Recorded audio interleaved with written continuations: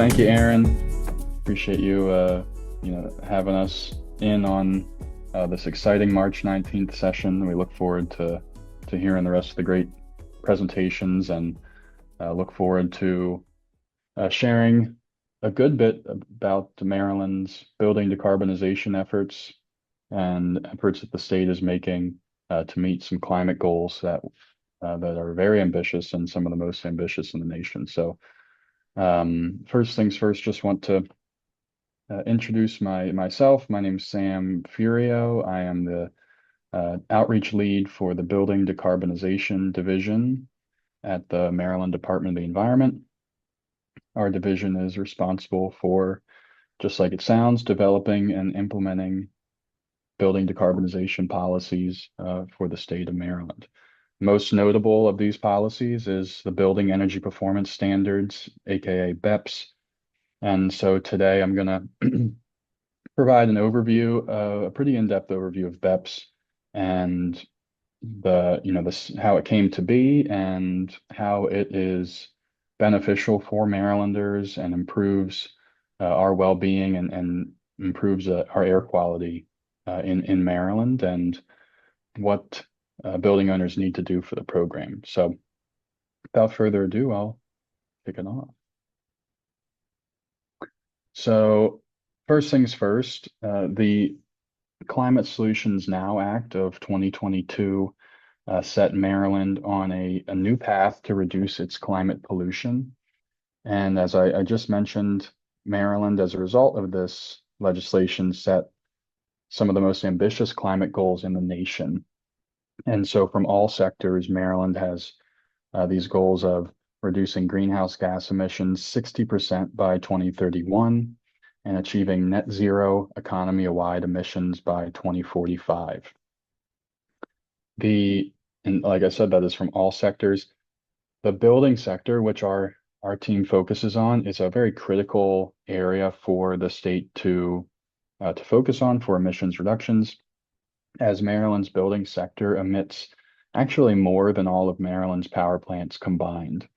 So there's quite a substantial amount of emissions coming from Maryland's building environment. And this BEPS program in particular applies to the largest of these buildings. And it aims to, like I just said, reduce emissions to meet these climate goals, reduce energy costs for Marylanders, and improve air quality and our health and well-being in our built environment. If you want to learn about the other policies that the state is proposing and implementing to meet these climate goals, you can read the Climate Pollution Reduction Plan on MDE's website today. And so I just want to, highlight the air quality aspect of these building decarbonization efforts that the state is making. So, the reducing emissions from buildings often is, done by converting combustion equipment, fuel burning equipment, furnaces and boilers to electric alternatives, more efficient alternatives. And the current built environment with all of this, combustion equipment actually releases a lot of this air pollution within buildings that is harmful to children and adults. And so the emissions from this fuel burning equipment and air pollution can cause quite a wide array of issues, including respiratory issues, wheezing, coughing, shortness of breath, development of asthma in children, and other issues as well that are very severe. And so Maryland is required to reduce criteria pollutants to meet increasingly stringent air quality standard and also protect the public's health. So converting our buildings, decarbonizing our buildings, and reducing emissions from the building sector in Maryland is also a large public health effort and making our spaces healthier for our residents. One of these emissions that comes from Maryland's building sector is nitrogen oxide, or NOx. And just on this chart here on the screen, The majority of NOx emissions in Maryland are from transportation sources, but uh, about 30% come from stationary sources. And Maryland's buildings actually account for the large majority of this stationary source NOx emissions in the state. So, and this is a harmful pollutant that is, you know, a key pollutant for the state to address in reducing to improve the public's health. So bringing it back down to the BEPS program, and this is one of the decarbonization policies that Maryland is implementing for the building sector. And this policy, as I said, focuses on large buildings. And so these large buildings are those that are 35,000 square feet or larger, and we call them covered buildings.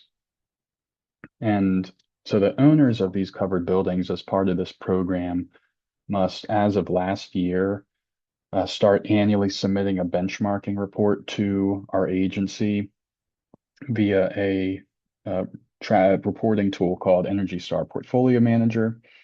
And then in addition to this benchmarking requirement, building owners must start meeting emission standards or pay for excess emissions over the emission standards in 2030 and beyond. And again, this program is aiming to reduce emissions from these large buildings to meet Maryland's climate goals.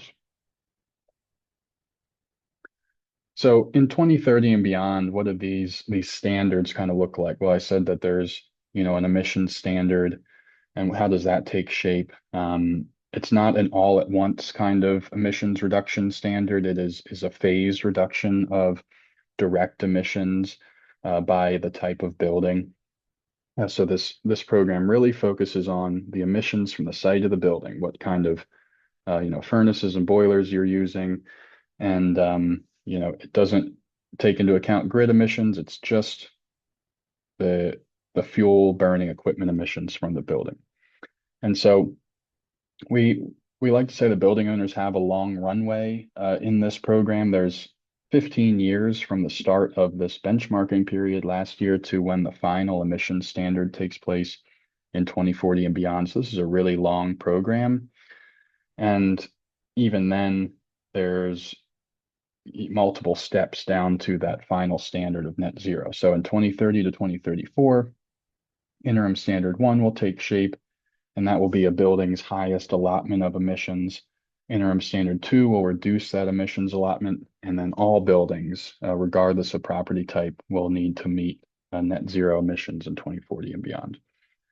We are modeling that a third of the covered building stock in Maryland is already meeting the final standard of net zero. So it's possible that if you're already benchmarking, you're seeing what your benchmarking characteristics are, or maybe you still need to benchmark, that it's possible that you're already meeting that final standard, and or maybe you're meeting interim standard 2 or 1, so your runway to compliance in the program lengthens. Now, additionally, in addition to this emission standard, we do intend to adopt an energy efficiency standard called Site Energy Use Intensity in 2027. It would start alongside the emission standard. And so, knowing that we intend to adopt that energy efficiency portion, we recommend that building owners do not install inefficient electric equipment because that could really throw off your energy use intensity numbers. So I mentioned that for the emissions standard in 2030, when they start in 2030 and beyond, building owners have the option of paying for their excess emissions over their standard.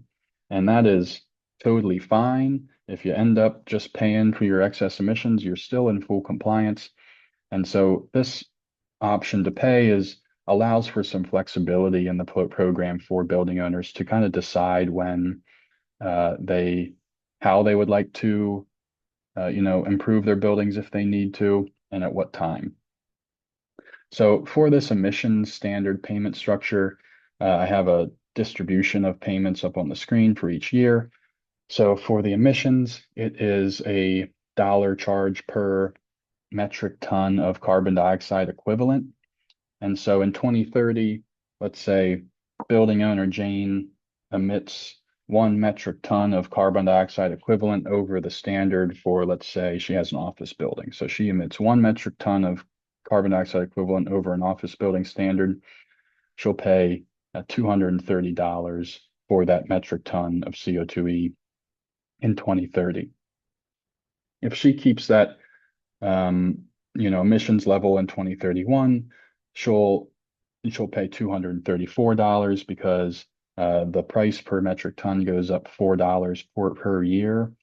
And just note these figures are in 2020 dollars and they will be adjusted for inflation to that year. So as building owners start benchmarking and assessing how their buildings are performing, they can see the standards that are in the regulation already and model if they're meeting one of those standards, like I said, and if they're not, what they might need to pay for their excess emissions. And so I was just getting deeper into how this payment structure is a flexibility option for building owners. We have kind of a compliance spectrum graphic here, and if you just put yourself in the decision-making process of a building owner, on the right side of the spectrum, we have what we consider to be ideal because the building owner is already meeting the performance standards or making improvements to meet the standard. Again, we're looking to reduce emissions and meet the state's climate goals. On the other side of the spectrum, we have what we'd view as undesirable, where the building owner is not currently meeting the standards and makes no improvements to their property. So they just opt to meet full compliance, which this is totally fine, by making the alternative compliance payment for the difference between the standard and their total emissions. And so, we view that as undesirable just because we're not really reducing emissions from the building sector. But as I said, that is a full compliance option for building owners. Somewhere in the middle, we expect a lot of the buildings to land. Where the building owner is already nearly in compliance or with the standards, or they opt to make improvements to their property until they deem it is more cost effective to make that alternative compliance payment on any remaining emissions they have. And so on the screen, just diving in a little bit deeper on this alternative compliance payment for emissions and how this could look for, a specific building. Back to the building owner Jane scenario, I'm going to walk you through potentially building owner Jane's timeline through BEPS over 15 years. And so on the screen here, I have building owner Jane's emissions profile, how much direct emissions her office building is emitting per year compared to the standards, which are in the red lines, and then the alternative compliance payments, which are the red highlighted portions of the emissions levels. So 2025, all the way on the left side of the screen, building owner Jane starts benchmarking. She sees that her office building's emitting at what looks like 1.25 kilograms of carbon dioxide equivalent per square foot. She can see in 2030 what her first emissions standard is going to be of 1.14. And so she determines that a retro commissioning project and some envelope improvement work will reduce her emissions profile below that first standard. And so she does that project, it reduces below 1.14, and she's in full compliance with interim standard 1 and doesn't have to make any alternative compliance payments. Now, she can see that in 2035 and beyond, that emissions profile is going to tighten again down to 0.57. Well, she's got some systems in her building that have some good life in them left, and she wants to use these systems for a few more years until it makes sense for her to do a full replacement. So in 2035 to 2037, she just opts to pay for her excess emissions at roughly about $1,000 per year in this scenario. And then in 2038, she does a full systems replacement. She converts to, let's say, all electric equipment and reduces her emissions profile to zero direct emissions. So she's in compliance in 2040 and beyond. So that is kind of an example of how a building can go through this BEPS program. And I'd really encourage folks that as you're starting out this benchmarking process, we started last year and we're benchmarking again this year and every year after this year. Start, taking your data and the metrics that you see for your building's performance, and you can start assessing how they fit in with the standards as they are set for 2030 and beyond. So, I mentioned that this alternative compliance payment is a flexibility option, and so I wanted to talk about some additional flexibilities that are in the program, and because the your BEPS timeline is going to be very case by case. It's going to come down to each building owner, their specific building situation, and their background. And, everyone's path through BEPS is going to look a little different. So on the screen, I've just got some flexibilities laid out. There are, for buildings that are over 35,000 square feet, like I said, there are some exempt property types. They do need to apply for exemption. Those are buildings that are designated as historic by local, state, and federal law, elementary and secondary schools, agricultural buildings, hospital buildings, demolished buildings, buildings owned by the federal government, and manufacturing buildings. And elementary and secondary schools, I'll just make a note that that's public and non-public secondary and elementary schools.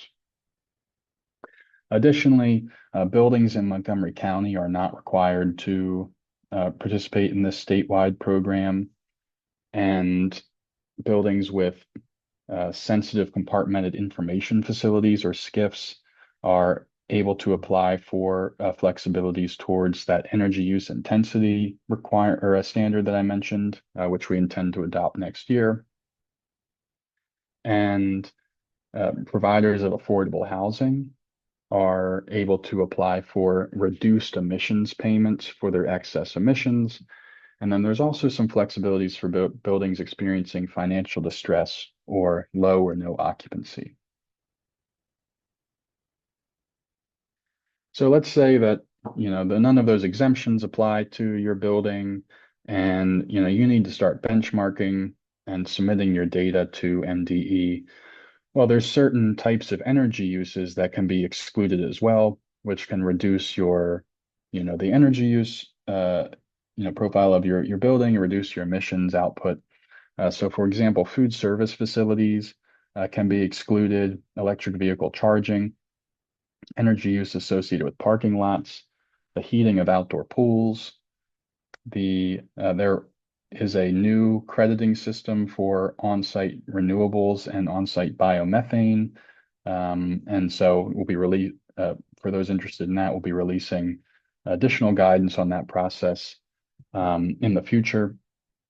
But additionally, there's flexibilities for combustion equipment if the building is required to have a piece of equipment that runs on combustible fuels and it's required by a state or federal regulation.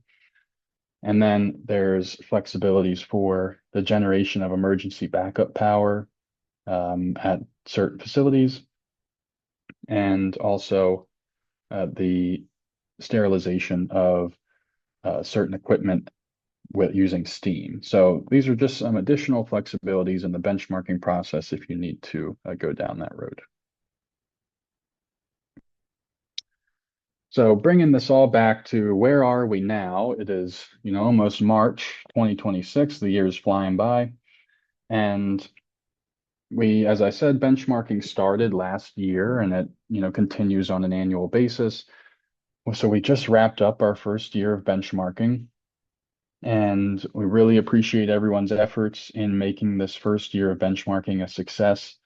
We were pleased to share that we had 65% of the covered building stock engage with us via either by submitting a benchmarking report or an exemption request through our form process. So really great effort by everyone in the first year. And so we really appreciate all the effort that everyone made. We know that there's a bit of a learning curve to a lot of this. And so we just released if you started benchmarking last year, you might have heard about the benchmarking guide. We just released version 2.0 of that benchmarking guide, which has all you need to know on benchmarking for this Maryland BEPS program. It's our latest guidance, and it will really walk you step by step, no matter where you are in the process. If you're starting out benchmarking or if you're trying to add in that, food service facility exemption. So that benchmarking guide 2.0 is on our website, and I really recommend you get started reading that if you need to do the benchmarking for this program. We also just released some key guidance for 2026. This is a big year for the program. So just like last year, building owners need to submit their calendar year energy use data to MDE. This year, they'll be submitting their 2025 data by June 1, 2026. This year is critical because this data will establish the baseline performance for the buildings.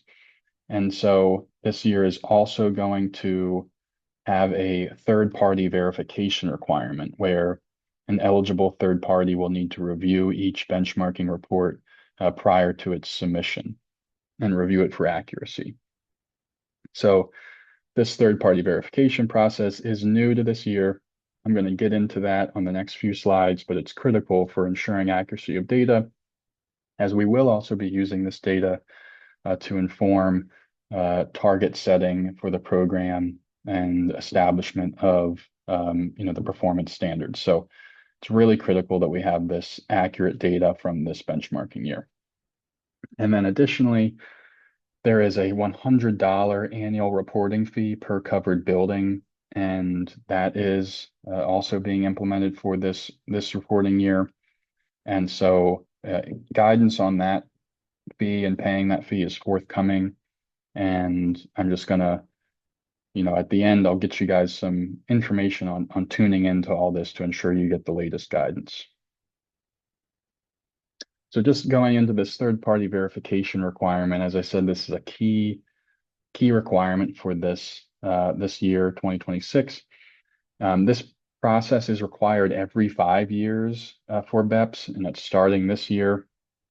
If you're curious, the 5-year timeline kind of aligns with the major milestones of the program. So it starts this year when we're making the baseline performance metrics for the buildings.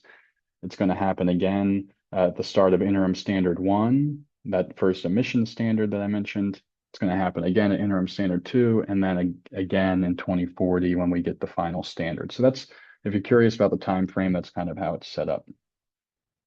The verifier, the person that reviews the benchmarking report for the building owner, must meet certain credentials. They need to hold at least one of the eligible credentials.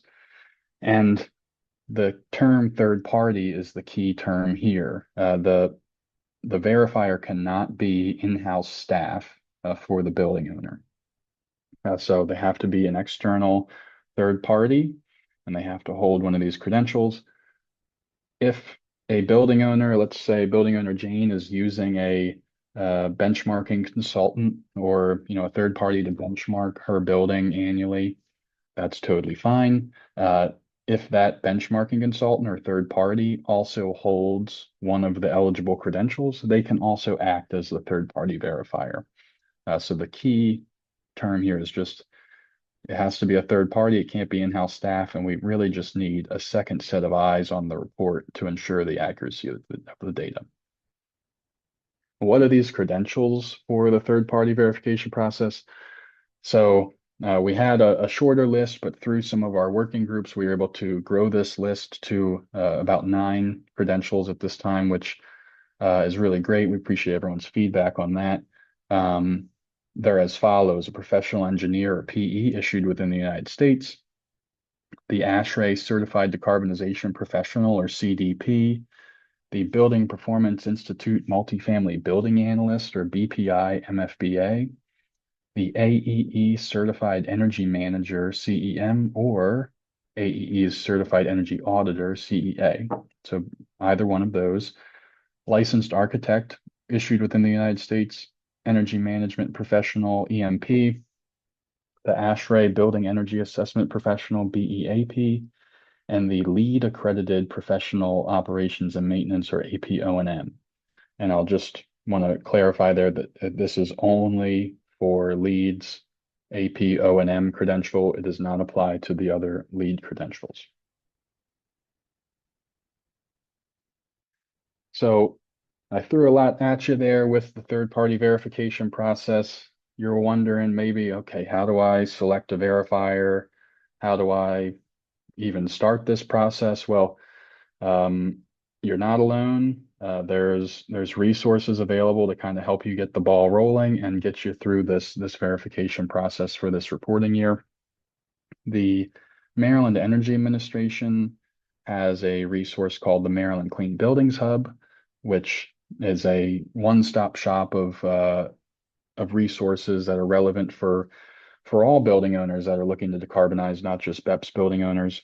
And so that Clean Buildings Hub partnered with the Institute for Market Transformation's Building Innovation Hub, which also compiles resources for building owners and to help them with decarbonization efforts and BPS compliance. These two hubs work together to develop a request for proposal or RFP and sample scope of work, which is available online for everyone to use to assist them in getting started with this third-party verification process and moving through the next few months. So really recommend that resource if you need some guidance on moving through this requirement. So kind of, here we are, March 2026. I think by the time this recording airs, it's going to be March 19th, which will be just a few days past the start of this timeline. That is a-okay. If you're just seeing this for the first time on the webinar, you're not behind. But this is our suggested timeline for getting to this June 1, 2026. So by March 15th, March 19th, as you're able, we'd really recommend you confirm that your 2025 data has been loaded into Portfolio Manager. And if it hasn't, you can request it from your utility providers. Your providers have 30 days to complete the request once you make it. And, if you're worried about this timeline, we are hearing that most of the providers are providing the data within just a few days. So that 30 days is just kind of the max there. And then additionally, we recommend by that time identifying your third-party verifier for the requirement for this year. So about a month after that, April 15th, we'd recommend, self-review your calendar year 2025 data for accuracy. Does it look like it represents your building? Is it capturing all your energy meters? Are there zero values, XYZ? So self-review that for accuracy, and then you're also going to grant the third-party verifier access to your building in Portfolio Manager, which is the benchmarking tool for the program. And just like you grant access to MDE in Portfolio Manager to view the data, you're going to do the exact same process for your verifier. So it's just allowing them to see the data and verify it for accuracy. Your verifier will complete the Energy Star data verification checklist and send it back to, the building owner for record retention. And you are required to hold on to those records. And then finally, the verifier will sign off on the benchmarking report in Portfolio Manager with their, credential information. And so, all of that, there's quite a bit that does need to happen here before June 1. But all of that needs to be wrapped up and ready to go before June 1 so that when we download everyone's data, once you share it with us in Portfolio Manager, it's got full 2025 data and it's verified for accuracy. So, um, use the benchmarking guide, use this timeline and the resources we have online to, help you move through these next couple months. Well, where are we going? So after June 1, 2026, what's next for the program? Well, um, last year during the legislative session in 2025, a House Bill number 49 passed the General Assembly, which sets some new requirements and considerations for the BEPS program. So MDE is looking to implement that House bill as required and move through the adjustments that the bill set in law. So that's on the horizon. We also, as I mentioned, 2030 and beyond, the performance standards are going to start taking shape as an emissions reduction standard and then energy efficiency, which we intend to adopt next year. If you want to stay apprised of all this, and I really recommend you sign up for our email list. That's going to ensure you get the latest guidance, the latest information on that, paying that annual fee, things like that. Get on our general email list. And then if you're someone who really likes deep diving, technical nitty gritty, excuse me, target setting and methodologies, we have a great stakeholder advisory group that is really just getting off the launch pad that I'd recommend you sign up for. It's going to be a bi-monthly group, and the next session will be in mid-April. But we're going to be talking energy use intensity, methodologies, and alternative compliance payments for that. So really recommend you get on that list. And then also, if you need benchmarking reporting guidance, we'd recommend getting onto the benchmarking reporting advisory group as well. And all of those can be accessed through our general email list sign up, which I'll have at the end here. And then finally, I'm just going to pitch as I mentioned, the Maryland Energy Administration's Clean Buildings Hub. If you need a resource, if you need an incentive, if you need technical assistance, the hub is a resource within Maryland Energy Administration to assist with all of that. Technical assistance is coming and will be, a part of the hub soon. And this hub really aims to empower building owners to make well-informed investments and connect them to financial, educational, and technical assistance. So that's a really great resource. And they have a great newsletter, which I'm going to close out with here. But these resources, which I'll make sure to get to you in some regard. If all these buttons are clickable, if you can get a PDF of these slides, but the benchmarking guide for BEPS, and is your has all you need to know about getting through the next few months, getting on our website and our general email list, most importantly, so you can get the latest guidance. And then the Clean Buildings Hub, they have a great newsletter with all the resources relevant for building owners with buildings of all sizes. So a lot of resources on this page, and I threw a lot at you guys, but really appreciate you tuning in. And I'm going to pass it back to Aaron here, I think, for wrap up, maybe some Q&A. But thank you all for tuning in, and looking forward to seeing all the other presentations in climate tech.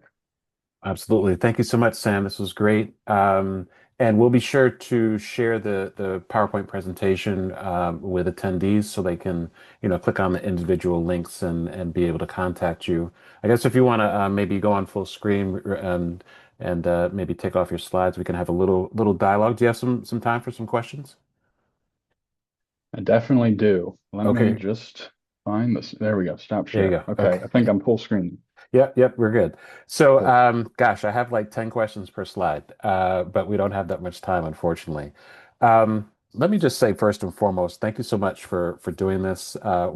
We often hear about building energy performance standards from everyone else but MDE. about what it is and what's it for and how it helps and or doesn't help and those types of things. So number one, you're in a safe place. Um, because I know I used to be a part of a few commercial building owner associations and organizations prior to, lawsuits starting to fly all over the place.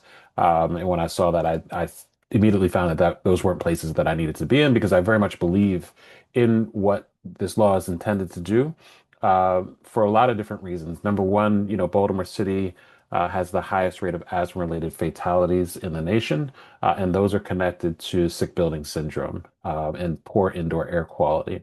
Number two, Maryland has a very severe radon problem. 1 in 4 buildings in Maryland has high levels of radon above the EPA action limit. That's secondary. The third reason is there are things that we individually can do either in our buildings or in our homes to affect climate change. Our thesis is that the change of climate change starts at home, right? There are things that we can do to kind of change habits and better protect the residents on the Eastern Shore who are really suffering from climate change and sea level rise.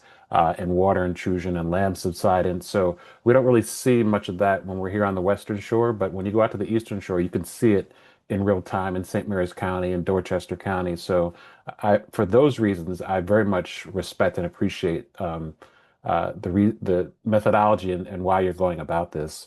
And then the last thing is that I think this is the best business decision that a building owner can make. And I think Anthony Malkin, who was the owner of the Empire State Building, the world's most famous building in the world, built in the 1920s, did a deep energy retrofit in 2009 because he realized that that was a good business decision to retrofit that building and make it, a healthy, smart, high performance place for his occupants and his tenants.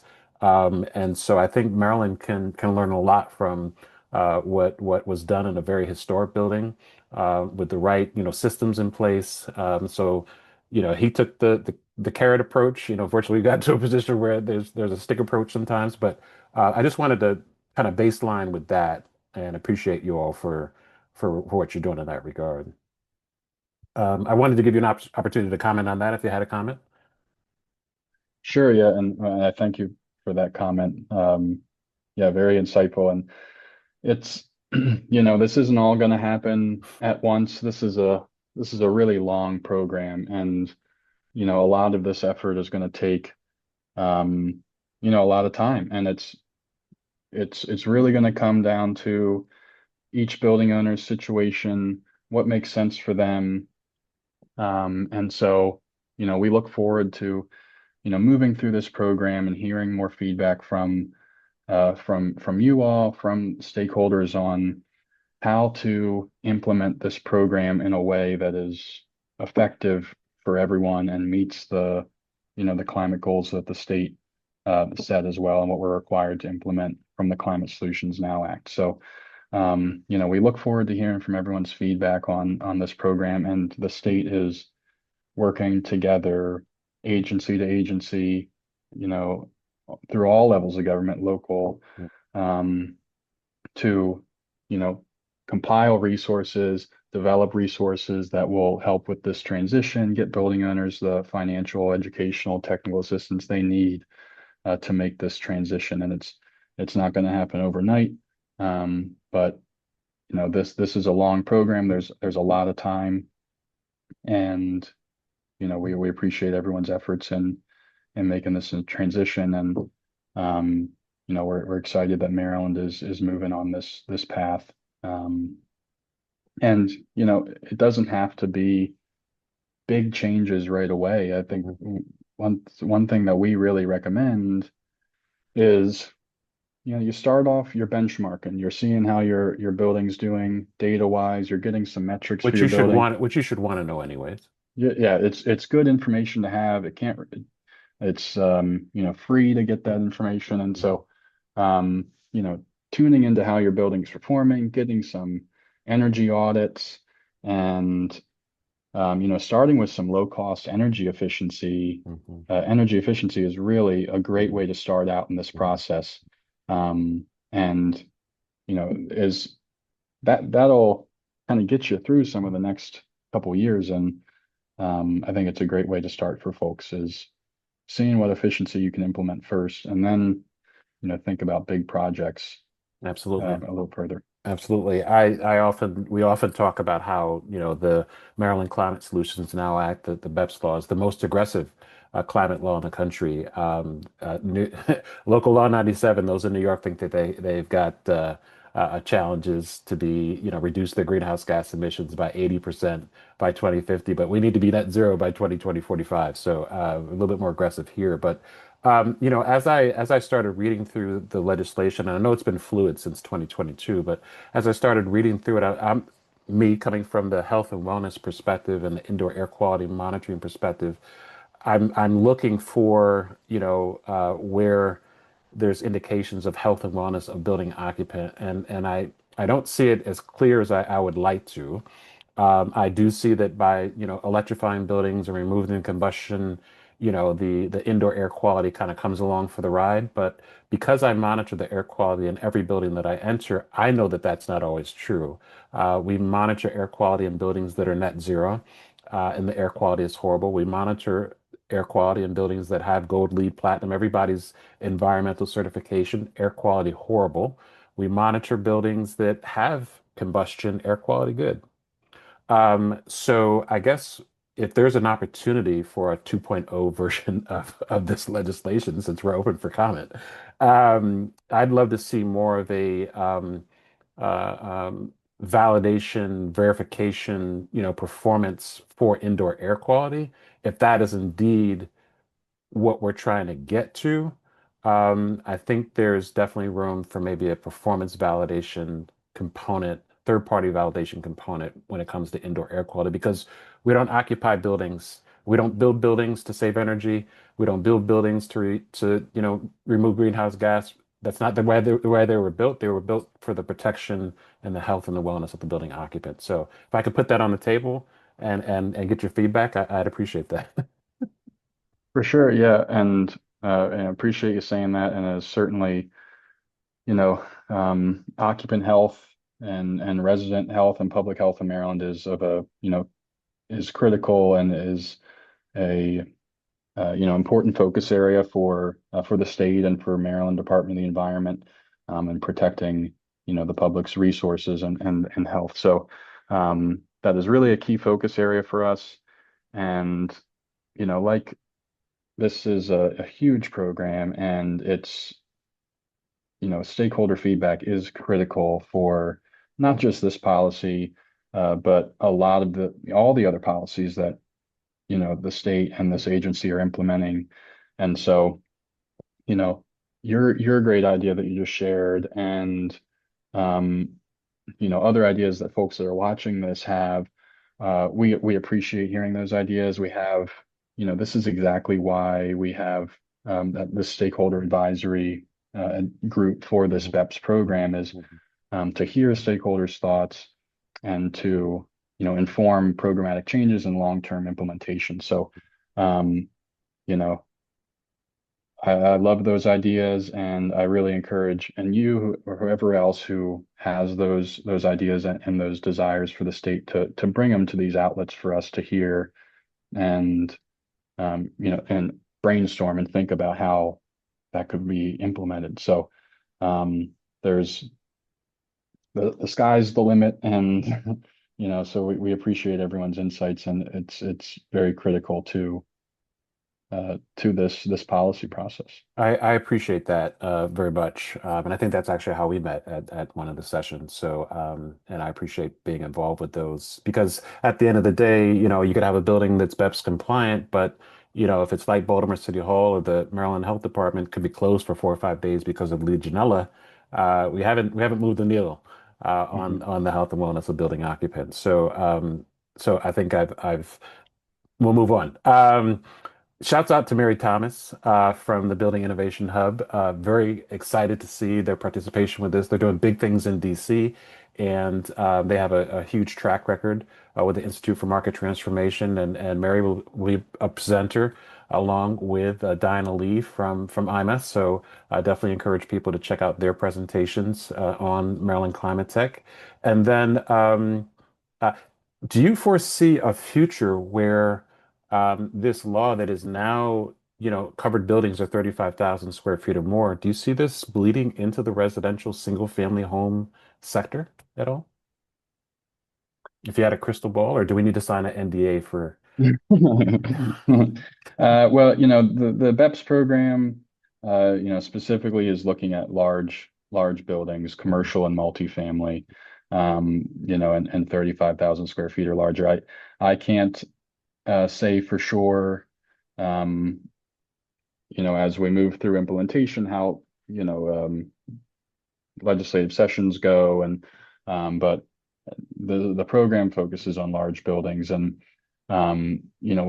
we're developing other programs, and other agencies are developing other programs and policies to focus on um, smaller buildings, different types of buildings that BEPS kind of is not looking at. And so, you can, if you're interested in those other programs, the climate pollution reduction plan that I pitched at the beginning kind of talks about other efforts that the state is making to meet the climate goals and look at other sector, parts of the building sector and other sectors. So I'd recommend looking into that. But I think one of the, reducing, emissions from the residential sector is also critical. Um, and as I said on the last slide, the Maryland Clean Buildings Hub is an awesome resource that any any building owner, from a single family home owner to Okay. a large commercial building, I thought it was just commercial. It covers not just residential. commercial, it's Okay. all types of buildings. Okay. And I'd really recommend going there because it's got, hey, I own a multifamily building. Let's see what's available to me. Hey, I own Mm, this type of home, this type mhm, of the mhm. structure, that let's see what's available to me. And so that is, the hub is taken off, and there is a lot of great resources. And, so I'd really recommend tuning into them, getting on their newsletter to see what the latest is. But again, this Is is it Rebecca that's running the show over there? yep, Doing a Rebecca great job. Price. Yep. Yep, Okay. she's the manager of the hub, and she puts on a great newsletter and is constantly working to keep that list up to date of resources and compile from different agencies, and not even agencies, but external partners, nonprofits, things like that. And so, and that's just what's available now. There's a lot more to come. The state, all the agencies are working together, Maryland Clean Energy Center, to work and develop things that can go on this hub and help people. Well, we'll be sure to send out Rebecca an invitation to participate again next year. She's so busy with all the things going on. I don't know that she saw She's the very busy. invitation Yeah. that we sent to her this year to be able to represent. But we'll keep sending out invites. So I see a different number all over the place. What is the actual number of covered buildings in Maryland? Is it? I've seen 9,000. I've seen 13,000 and 15,000. Is there a number or is there a range? That's a good question. That as we initially proposed the program and the modeling, it was over 9,000. And so as records are updating, we're finding more. There's a lot of data cleaning, and from all the sources of data that we use to compile the list. So um, like I said, the program's a learning curve, not just for the building owner to start out with, but also for us. This is a massive program, and so there's the list of buildings is constantly adapting and changing. And so I can't give a precise number at this time, but everything that's listed is currently up on the BEPS portal in the covered buildings list. So I'd recommend tuning into that if you're curious. We also have a really great map feature if you're looking at kind of where these are located, and what counties they're So centralized in. Okay, so I haven't had an opportunity to go to the map. I should have done that before today's call. So, but I'm learning so much. So does that map, is it like the Montgomery County BEPS in the sense that it lets me know which buildings are in compliance and which ones aren't, and which ones are totally covered? Does it break it down to that level? It does not bring it down to that level. Okay. It currently has basic characteristic information of the building. It has the, Square footage? the square footage, as we have come to know it from basically the tax data of the building. So that that number might vary a bit from reality, but um, address if that's available, and the unique building ID, which is kind of most important. That's our own internal kind of footprint mapping code that's applied to each building. So that's available on the map. It doesn't have the compliance information like Montgomery County has, which is a great feature. Mhm. But for our kind of building statuses and a lot of that information beyond the basics, I'd recommend the main BEPS portal where the list is. That's where we'll have a lot of that information available for folks.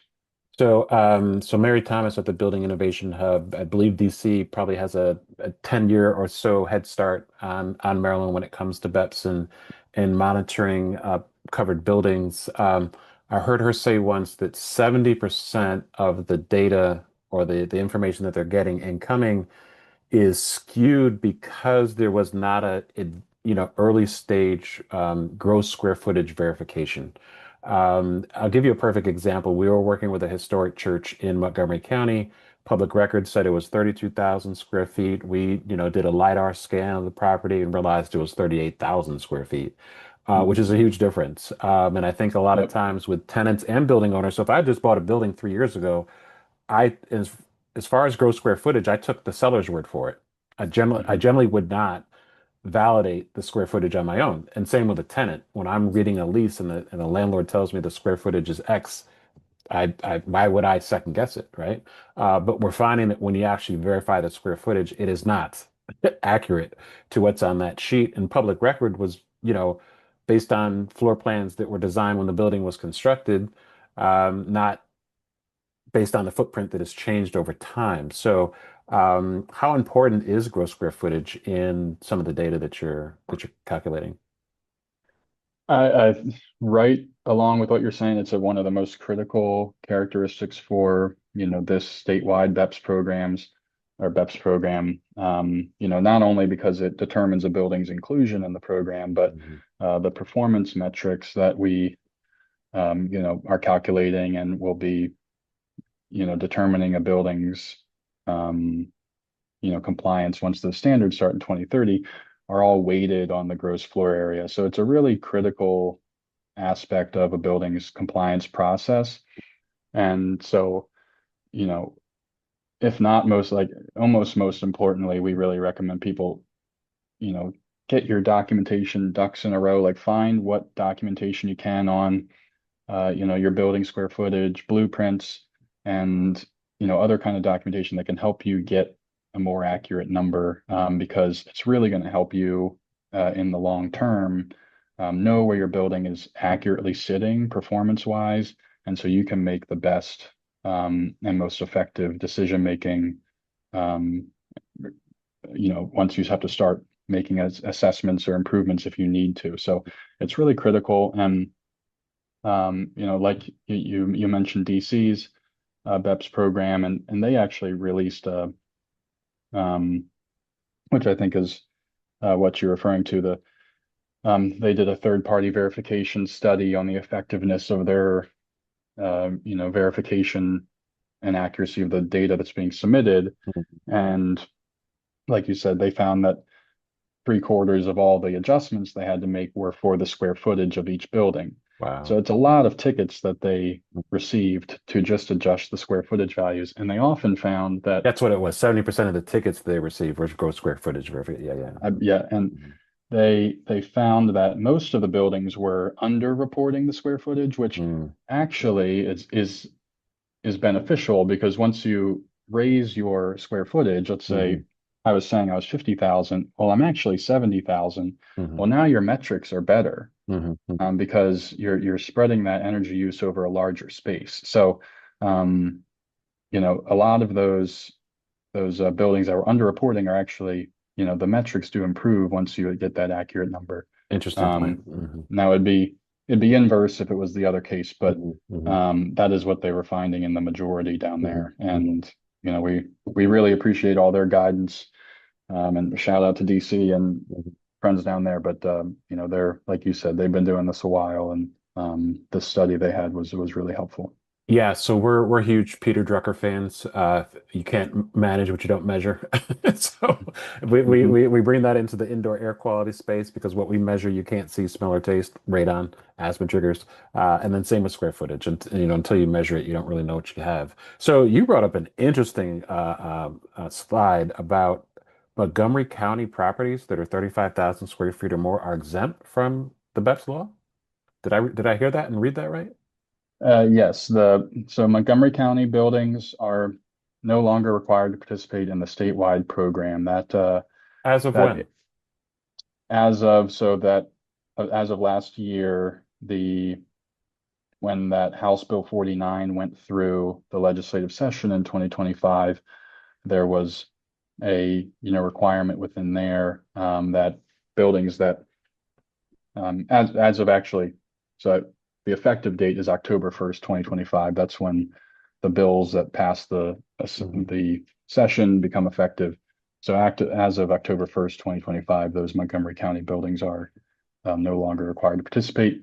Um, and that was a requirement of the General Assembly, but just want to note that Montgomery County has their own BEPS Right, correct, program correct. and has been, working on their BEPS program for a long time. So that is still in play there. But yeah, that requirement came from the legislative session last year.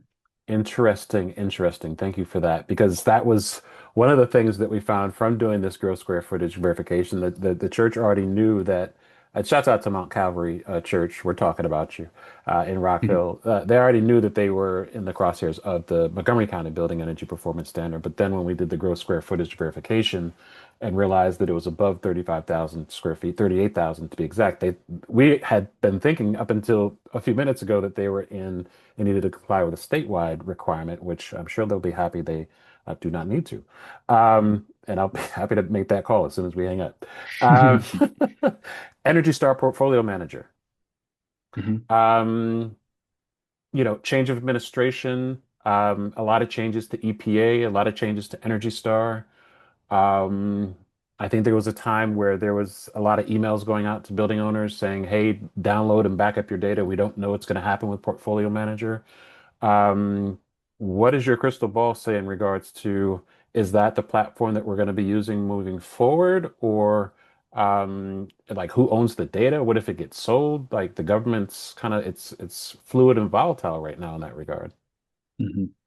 Yeah, good question, and totally understand folks' uncertainty with that process, and there's a lot of information flying around, and I don't, I don't have too much information on it, but as of It's what we're you know, using now, so it's what we're using now, and but it's our chosen tool for the program, mhm, and if something changes in that regard, get on our email list. We will be, that'll be a huge change that we will, make sure that people are well aware of if that mhm, were to happen. mhm. Um, and, but as of, maybe 6 or 8 months ago, in conversations with EPA, we were confident in the longevity of the tool. And so, that's kind of the latest status I can offer, but um, kind of for everyone out there wondering about that, just that's how we're operating right now is with Portfolio Manager, and stay tuned to the program for for any key updates in that regard. But the specifically for data backup that we recommend to folks is and we just sent out notifications to folk about this, not because of Portfolio Manager, but because of um, it's possible that, through in each subsequent or, subsequent benchmarking year when new data is brought in, sometimes it can overwrite some existing data. So just for folks that are going through the benchmarking process, we just recommend backing up your data so that if any kind of overwrites happen or anything, you've got a stable source for, your calendar year information from the prior year or so. So, And hopefully um, the third party verifiers are educating their clients on doing just that as well. Yeah. Okay. We're going a little bit over our time. Do you have a few seconds for just a few other questions? I'm still good. Yep. Okay, all right. Like I said, I had 10 questions per slide, and I think you might have had 15 or 20 slides, so we're not going to go through all of them. It's all I've good. heard some conflicting information about multifamily buildings that hopefully you can clarify. Hmm. One of the requirements is energy use intensity, and I know with portfolio manager on commercial properties, let's say an office property, for example, that's Hmm. in the covered buildings, it's required that the building owner needs to get tenant data in regards to how many, what are your hours of operation? How many computers do you have? Do you have a data center in your office space? What's your plug load, type things. Number one, is that still a requirement? And is that a requirement for multifamily? I'm hearing for multifamily, it's different. Multifamily building owners do not need to know, plug load in each individual unit of a multifamily building that's covered. Can you clarify that? Gotcha. Yeah. So I guess I'll start with, the program applies to the entire building and the whole building energy consumption. And so for both commercial and multifamily buildings, we need the energy use from the entire space. So that's if it's a warehouse, we need the entire vast open space of the warehouse. If it's a 40 unit multifamily building, we need the energy use and emissions from every unit. So this is not for multifamily buildings. I understand that those are complex setups. Um, but we don't just want the common area information or data from the building. We need all units, all meters that are registering energy use for the building. So now specifically, um, and we really recommend this for everyone who's benchmarking, regardless. But reach out to your utility provider to request the calendar year energy use data for your building to benchmark. Now, if you have over five tenants in the building, five or more tenants, you do not need authorization from the tenants. You do not need release forms, anything. The utility will just provide the whole building energy consumption for that entire space. And they won't be providing private information on each unit, things like that. It's just the energy use data for the entire space. If you have less than four or less tenants, then the utility may need you to seek tenant authorization. You'd have to get a release form signed by each one of those tenants for the utility to kind of release the data to the owner. So that's kind of how the tenant request process works for the program. Now, but we just need energy use information and so electric, gas, delivered fuels, things like that. We don't need specific like plug load information. Um, you know, just the energy use, whole building energy consumption, and kind of the requirements and the regulation to meet that requirement is all we need. Um, but yeah, I know for those larger multifamily buildings, it can seem very like a big hurdle and totally understand, but that process should be automated for you through by requesting this data from your provider. But and it's also if you're forward thinking to be able to have some sort of green lease in place. Shout out to green lease leaders at the Institute for Market Transformation and Diana Lee and what she's doing. Um, knowing this type of data and then being able to maybe reward your tenants for being conserving energy and not leaving their computers on and making sure that their power bricks are unplugged or things like that can definitely help just the building owner and energy usage moving forward, depending on who's paying the utility. But yeah, it's an interesting mix when it comes to the split incentive and green leasing. I guess my last question is, and I think you may have mentioned it with Rebecca's program. I know NYSERDA in New York really helps with incentives for building owners to help de-risk some of the deep energy retrofits that are going to need to happen. What are you seeing as resources that Maryland's providing for to help building owners kind of de-risk this process? Yeah, a great question, and I think that's a great one for Maryland Energy Administration and Becky, like you just mentioned, Hmm. and the Clean Buildings Hub. Um, and that's an ever-growing resource that's has a lot of great information for folks currently. I think um, looking at the Empower starting off for folks as you're moving through these first year of the BEPS process, look at utility incentives that Hmm. are offered through the Empower program. Energy audits, low cost efficiency is a really great way to start and really low risk financially. Some of the efficiency incentives are, yeah, well, they're just extremely low cost. So really recommend starting out there.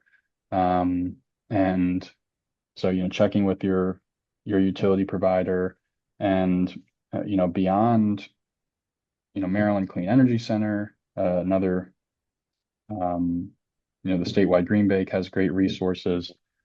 Um, if you're in Montgomery County, you're listening to this, I know we mentioned um, Got the Montgomery County Green Bank. the Montgomery County Green Bank, exactly. Hmm. So, Montgomery County buildings are out of the statewide program, but the Montgomery County Green Bank has a great program Hmm. Hmm.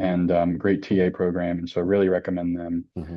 And I just recommend you stay apprised of the Clean Buildings Hub for Maryland Energy Administration and their TA program that they're Hmm. standing up, and I think they'll be really helpful for folks. So.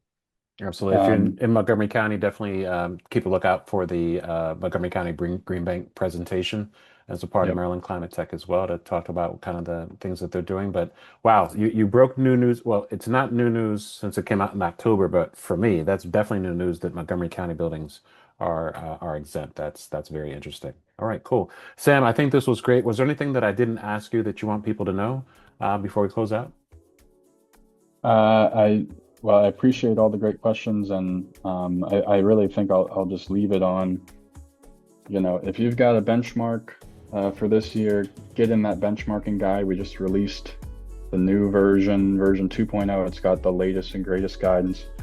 And along the way, if you've got questions, you can email us, give us a call. I think I can't remember if I put my email on the slides, but Well, no, your contact information will magically appear on the screen by the time. okay, there we go. But yeah, if that's there, also, our program's email is beps.mde@maryland.gov. So any questions you have, we'll be happy to help. But thanks for the great questions and for having us and for everyone tuning in. This was extremely informative, just what we needed, right on time. Thank you so much.